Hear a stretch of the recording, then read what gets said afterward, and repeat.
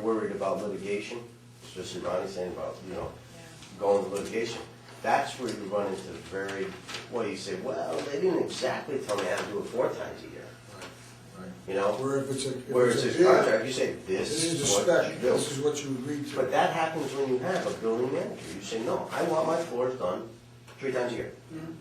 And I'm gonna make sure my floors get cleaned 3 times a year.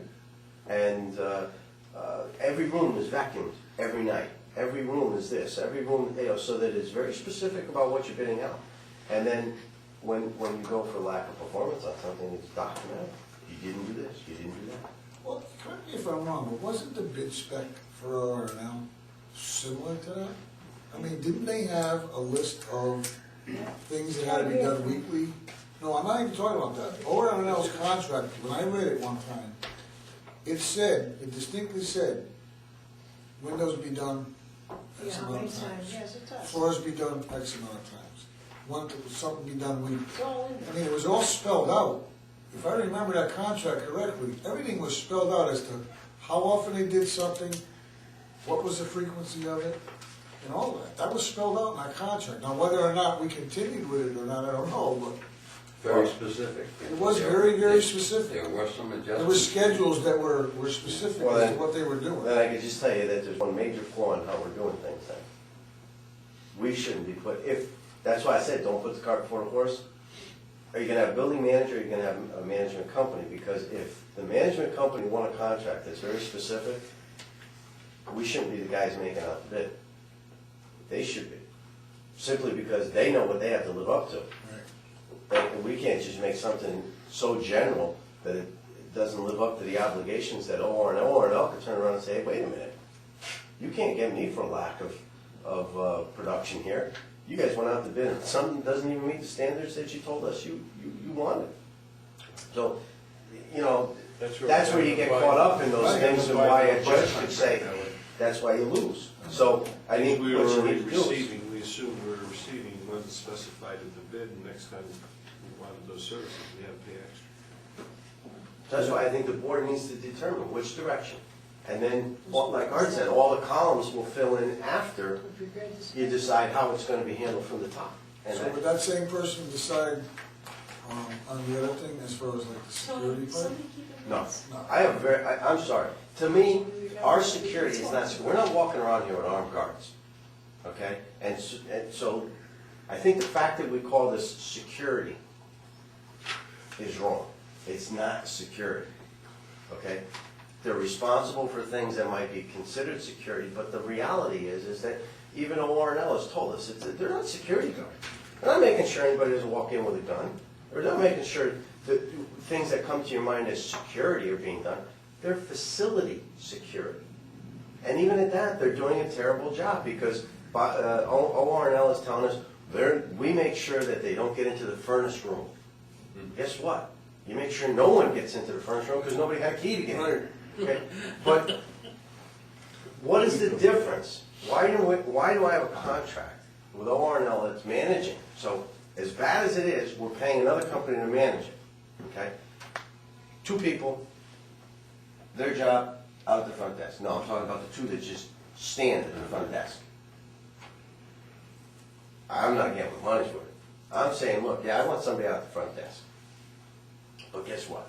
The way I drew it up, and this wasn't, I'm going to make my pitch on this, but I drew up a schedule that says, you know what, we have like 25 or 30 security guards. They're all part-time, and depending on, and the head of security, with that same 240,000, because don't forget, we spend 147, 149 with O&L, we spend another 78, is it with us? Our home monitor is about 70. But the way I figured it out was that we would have somebody who was responsible for them, kind of a head of security or head of our guards thing, and they would do the schedule. And then every single time we have an event up here that we're billing for security, guess what? Every hour we bill, we pick up 3/4 of an hour into our bank. Yeah.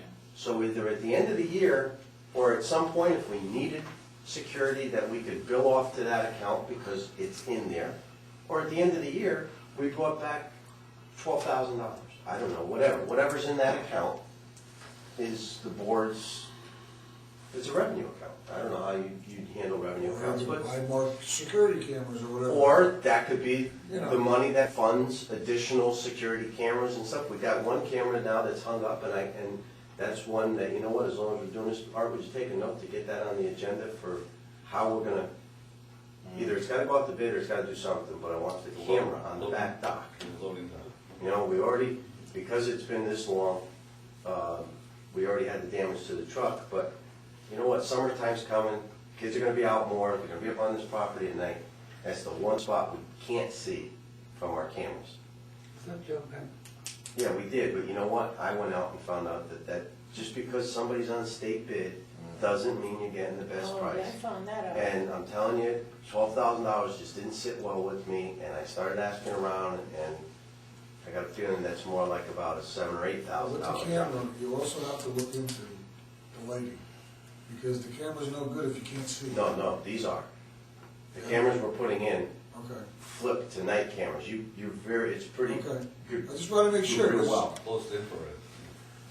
But the bottom line is that's the one area that we don't have security. It's not really the one area. If you go a little farther around the building, we don't have it either. And eventually, hopefully, we'll have the whole campus with security. Maybe one down in on the security gate or whatever.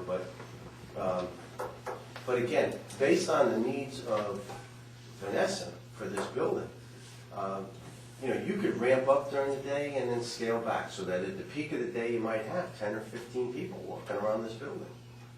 In the peak time, when we need people in stairwells and all these places. And then it scales back, and then maybe there's a basketball game tonight, so we bring on an extra 2 people.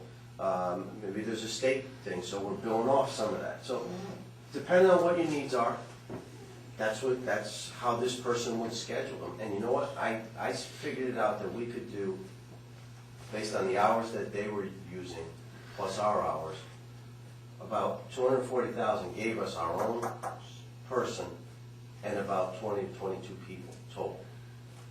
There's no overtime. It's a part-time job for everybody. It's a part-time job for everybody. And, and there's a lot of people. There's a lot of people that work for us now that enjoy the fact that it's part-time. Which means no fringe. There's no benefits.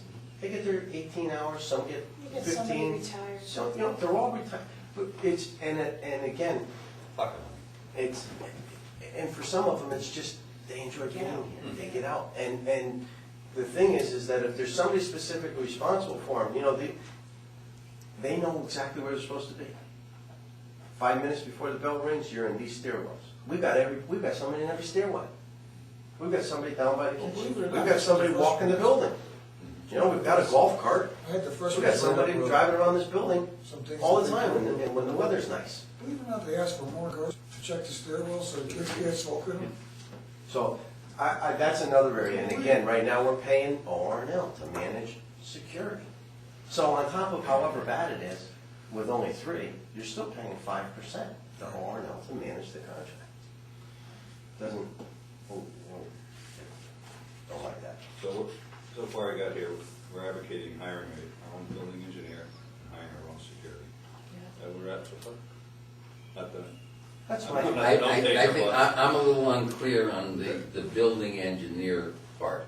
If that's long range, or you wanna look at someone now, or just get the criteria for what. I think what we the need board in a has to building. decide is you got until June to put something together that works. And I think we need to act relatively quickly in that, what do you expect from a building engineer? Okay. So we just want criteria for what. I think if you can present to the board, get it to the board so we can read before that meeting about a building engineer, I think the board may say, you know what?